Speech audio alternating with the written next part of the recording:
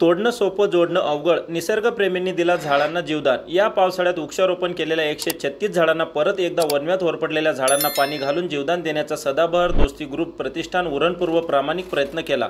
आज दिनांक 16 फेब्रुवारी 2025 रोजी संकष्टी चतुर्थीच्या मंगलमय सकाळी 6 वाजता सर्व सभासदांनी किमान 100 लिटर पाणी काशे डोंगरावर वर चढून वाहून नेले. याची तयारी अध्यक्षांनी कालपासून बाटल्या भरून ठेवून रात्री 9 ते 10 वाजता डोंगर पायथ्याशी नेऊन ठेवले. सकाळी परत सर्व सभासदांनी पाण्याचे जार भरणी भरून घेतले. सकाळी डोंगर चढून ते पाणी झाडांना दिले.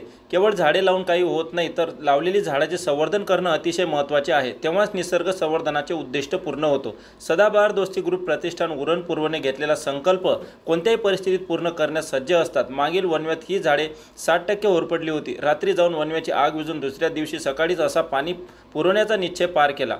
आज 1-2 झाड नष्ट झाले असले तरी बाकीची सर्व पालवी येऊन जिवंत आहेत. कोणी कितीही दुष्ट प्रयत्न केले तरी आम्ही संवर्धनाचे कार्य नियमित करणार आहोत. आज सुद्धा सर्व सभासदांसोबत निहार म्हात्रे, स्वप्नील गावड, कुमार गावड या निसर्ग मित्रांचा सहभाग होता.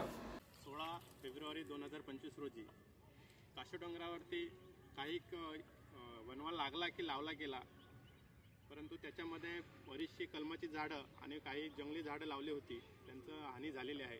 त्या हानीचं रूपांतर निसर्ग संवर्धन म्हणून आज सदाबहार दोस्ती ग्रुप आज सकाळी ठीक 6 वाजता पाण्याच्या बॉटल, पाण्याचे ड्रम घेऊन आज इथे झाडांना पाणी देण्यासाठी उपस्थित आहेत. या सदाबहार दोस्ती ग्रुपचा गेल्या वर्षामध्ये सुद्धा ही आपण तुम्ही झाडं पाहताय की अतिशय गवत काढून सुद्धा वणवा लागला होता. झाडांना झळ पोचली होती.